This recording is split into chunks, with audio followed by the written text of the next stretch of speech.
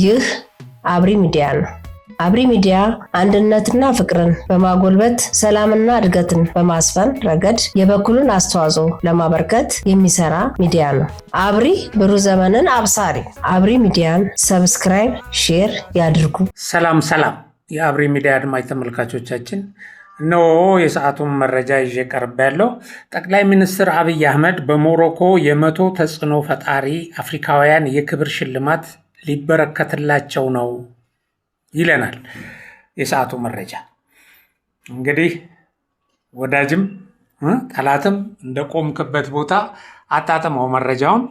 በፈረንጆች 2026 በሞሮኮ ማራካሽ ከተማ በሚካሄደው መቶ ተጽዕኖ ፈጣሪ አፍሪካውያን 100 ሞስት ኖቴብል አፍሪካንስ የከፍተኛ አመራርና ቢዝነስ ጉባኤ ላይ የኢፌዴሪ ጠቅላይ ሚኒስትር ዶክተር አብይ አህመድን ጨምሮ ታዋቂ የአፍሪካ መሪዎችና ተጽዕኖ ፈጣሪ ግለሰቦች ከፍተኛ የክብር ሽልማትና እውቅና እንዲበረከትላቸው ወይም እንደሚበረከትላቸው ታውቋል፣ ተረጋግጧል። የአፍሪካ የፕሮጀክት ዳይሬክተር የሆኑት ኪንግሰል አማፌቢ እንደገለጹት ለዘንድሮ የ2026 እትም የሚደረጉ ቅድመ ዝግጅቶች በከፍተኛ ደረጃ ላይ የሚገኙ ሲሆን በርካታ ተሸላሚዎች፣ ልዑካንና ተቋማዊ አጋሮች በጉባኤው ላይ ለመገኘት ቀድመው ማረጋገጫ እንደሰጡ ታውቋል ይለናል። በዘንድሮ የክብር መዝገብ ላይ ከተለያዩ የአፍሪካ የኢኮኖሚ ዘርፎች የተመረጡ ተጽዕኖ ፈጣሪ መሪዎች፣ የፖሊሲ አውጪዎችና ስራ ፈጣሪዎች የተካተቱ ሲሆን ከጠቅላይ ሚኒስትር አብይ አህመድ አሊ ጋር የዛምቢያው ፕሬዝዳንት ሃካንዲ ሂቺሌማ እና የቀድሞዋ የአፍሪካ ህብረት ኮሚሽን ሊቀመንበር ንኮዛና ድላሚኒ ዙማ በዚህ ታላቅ መድረክ እውቅና ከሚሰጣቸው መሪዎች መካከል ይገኙበታል። በተጨማሪም በደቡብ አፍሪካ የቲቪ ቪሃሲ ዘውድ ስርወ መንግስት የበላይ ገዢ ልዑክ ኬኔዲ ቲሺቪሃሲ፣ የዚምባብዌው ፕሬዝዳንት የኢንቨስትመንት አማካሪ ፖል ቱንግዋሮራ እና የሳኩንዳ ሆልዲንግስ ዋና ስራ አስፈጻሚ ኩዲክዋሼ ታጉዎሬ በክብር ዝርዝሩ ውስጥ ተካተዋል። ዝርዝሩ የኒጀር ዴልታ ልማት ኮሚሽን የፋይናንስ ዳይሬክተር አሱ ኬንሞፋን፣ በሌሴቶ የዓለም አቀፍ የቢዝነስ ሴቶች ማህበር ፕሬዝዳንት ሲንዲሲዋ ሞዞሞን፣ የደቡብ አፍሪካው ስፔሊንዳ ግሩፕ ማኔጂንግ ዳይሬክተር ዛማ ፋኪቲን፣ የሪሰርች ቢዮሪ ኢንተርናሽናል ዋና ስራ አስፈጻሚ ቴንዳይ ሞዋዚን እና የፋንሲ አፍሪካ መስራች ሌቪ ማሉቬሊን ያጠቃልላል። ይህ ከፈረንጆቹ ሰኔ 26 እስከ 28 2026 ለ3 ቀናት በሞሮኮዋ ማራኬሽ ከተማ በፖሌዲ ፌስቲቫል ኤድ ኮንግሬ እና በሞሾ ቬንኪ ሆቴል የሚካሄደው ታላቅ ጉባኤ በዳቪዳን የሰላምና የጥበቃ ፋውንዴሽን ከተባሉ ተቋማት ከሌሎች ስትራቴጂካዊ አጋሮች ጋር በመተባበር የተዘጋጀ ነው። መድረኩ ባለፉት ዓመታት በአፍሪካ ደረጃ የላቀ አመራርንና ስራ ፈጠራን በማክበር በፈጠራ፣ በኢንቨስትመንት፣ በድንበር ተሻጋሪ ትብብርና በዘላቂ ልማት ዙሪያ ትልቅ አህጉራዊ አሻራ ማሳረፍ የቻለ ሲሆን የአፍሪካን መጻኢ ዕድል በቀና መንገድ በሚቀርጹና አህጉሪቱን ወደ ላቀ ከፍታ በሚያሻግሩ ውይይቶች ላይ የኢትዮጵያ ድምፅና መሪነት ምንጊዜም የጎላ ሆኖ ይቀጥላል ይለናል ጉርሻ ገጽ ላይ የተገኘው መረጃ።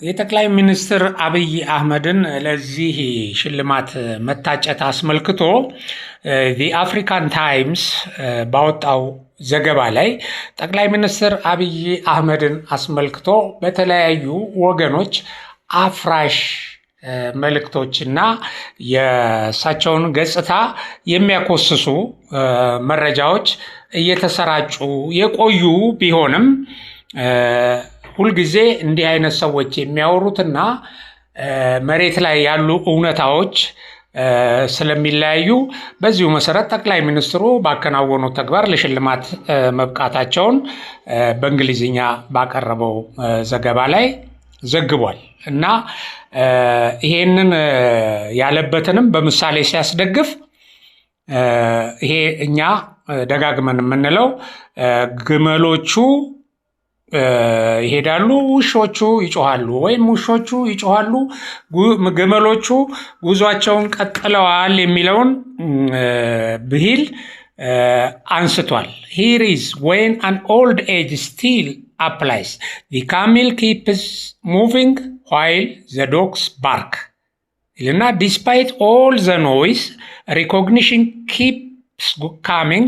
Prime Minister Abiy Ahmed's nomination as one of the honors at the 2026 100 most notable African leadership and business summits in Marrakech is a good example ይላል። ለዚህ የጠቅላይ ሚኒስትር አብይ አህመድ ለዚህ ምሳሌ ውሾቹ ጮሃሉ ግመሎቹ ጉዟቸውን ቀጥለዋል ለሚል በጣም ጥሩ ምሳሌ ነው ብሎ ነው ያቀረበልን እና እኛ ምሳሌውን መሰረት አድርጎ ባቀረበው ትንተናም ሰፊ ትንተና ነው ያቀረበው። ስለ ሌሎች ተሸላሚዎችም ተናግሯል።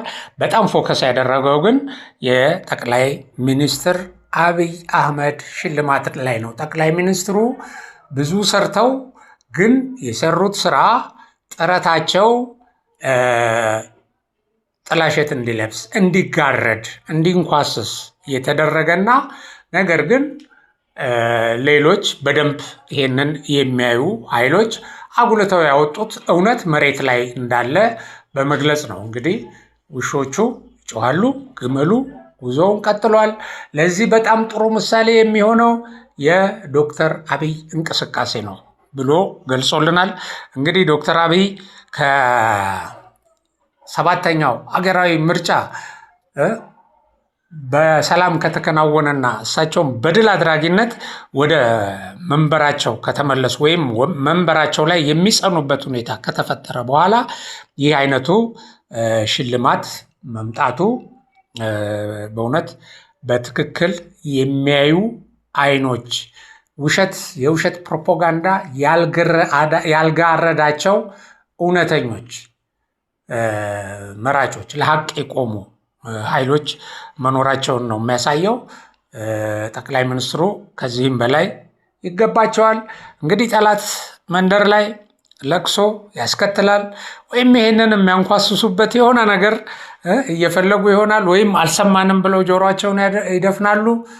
ኢትዮጵያ ወደፊት ትቀጥላለች። የጠቅላይ ሚኒስትሩ የጥረት ዋጋም በዚህ ደረጃ ተቀባይነት እያገኘና ምስጋና እንዲቸራቸው እያደረገ ይቀጥላል። መልካም ነገር ነው ይሄ። ያው ይህን ሽልማቱን አስመልክቼ ያዘጋጀሁላችሁ መረጃ እንግዲህ ይህንን ይመስላል። ጠቅላይ ሚኒስትር አብይ አህመድ በሞሮኮ የ100 ተጽዕኖ ፈጣሪ አፍሪካውያን የክብር ሽልማት ይበረከትላቸዋል። ደህና ሁኑ።